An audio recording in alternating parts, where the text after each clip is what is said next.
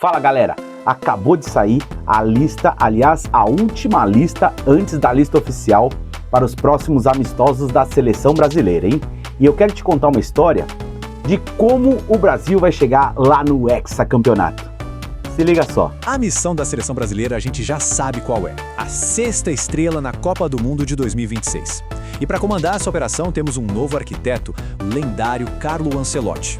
Hoje, a gente vai entender o plano ousado dele para reconstruir o time e os desafios gigantes que ele tem pelo caminho. E o ponto de partida dele, olha, é bem inesperado. Pois é, para construir o futuro, o Ancelotti está olhando para o passado. E a inspiração dele pode surpreender muita gente. Para ele, o segredo não está só no jogo bonito, não, mas naquela muralha defensiva que deu tetra para o Brasil em 94. É uma filosofia que prioriza a defesa para só então liberar o talento lá na frente. Tá, mas como é que ele pretende colocar essa revolução retrô em prática? Bora dar uma olhada na filosofia por trás disso e nas peças que ele está pensando em usar para montar esse novo time. O técnico Carlo Ancelotti anunciou hoje, dia 16 de março, a lista de 26 convocados da seleção brasileira para o amistoso contra a França e contra a Croácia. Esta é a última convocação antes da lista final para a Copa do Mundo de 2026. Confira os jogadores selecionados. Os goleiros foram Alisson do Liverpool, Bento do Al Nassr e Ederson do Manchester City. Já nas laterais, ficou quase todos os jogadores aqui do Brasil.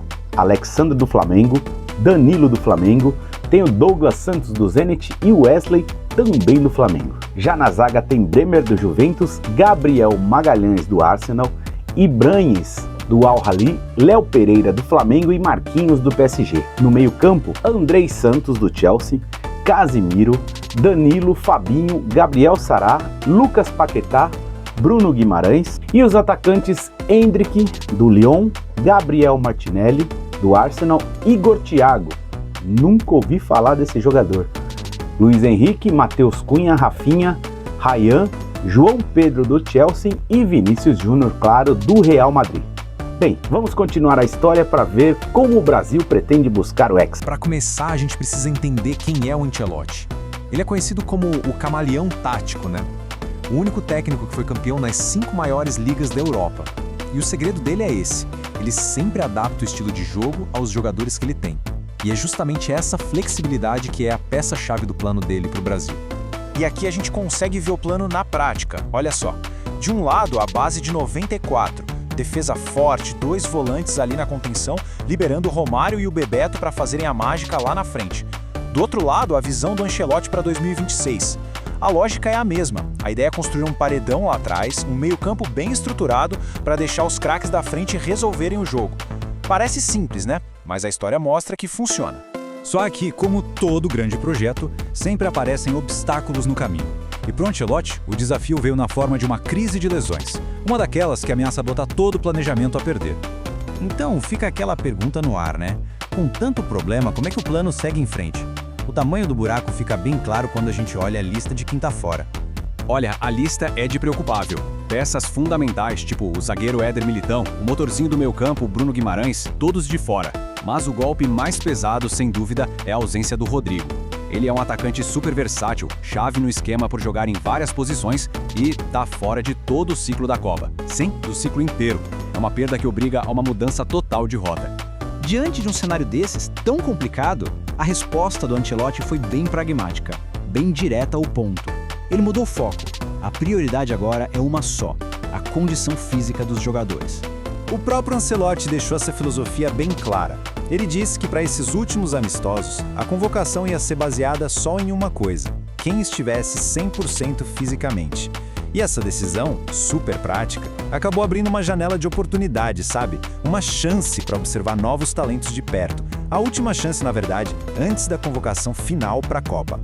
E essa aqui é a turma montada seguindo essa nova regra. Tem uma mistura de veteranos como o Alisson e o Casemiro com um monte de cara nova, tipo o atacante Igor Thiago, o meia Gabriel Sará. É uma convocação que é a cara do momento atual. Reflete a necessidade e a busca por soluções.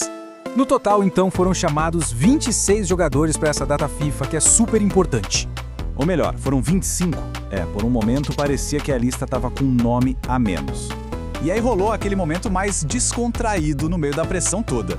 é que durante o anúncio, o Ancelotti simplesmente esqueceu de ler o nome do João Pedro. O nome do atacante já estava lá no telão e ele passou batido. Ele só se tocou depois que o Rodrigo Caetano, o diretor da CBF, deu um toque nele. Um pequeno deslize, né, que mostra que até os grandes comandantes são gente como a gente.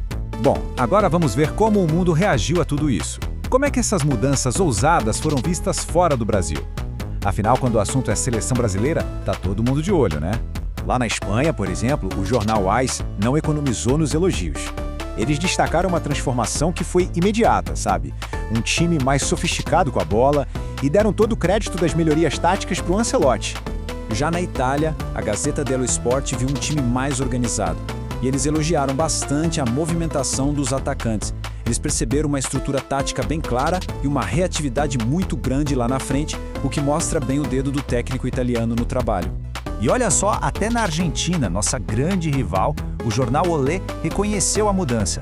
Eles descreveram a nova seleção como menos prestigiosa, mas muito mais pé no chão e chegaram a dizer que o jogo contra o Paraguai foi uma reviravolta completa.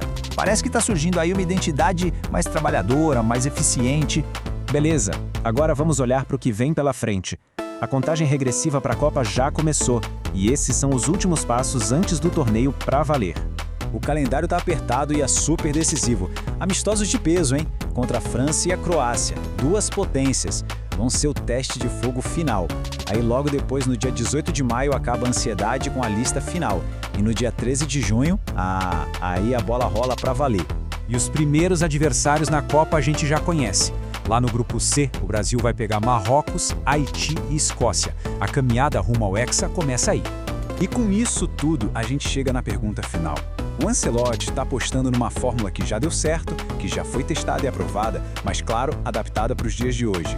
A grande pergunta que fica é, será que essa volta ao passado, com foco total na defesa, é o que o Brasil precisa para finalmente buscar a tão sonhada sexta estrela? Bom, o mundo do futebol está de olho, esperando a resposta. A convocação oficial para a Copa do Mundo está previsto para dia 19 de maio. E aí, nosso arqueiro Hugo Souza vai ser convocado ou não vai ser convocado? Escreve aí nos comentários, curte, compartilha e não esquece de seguir a gente.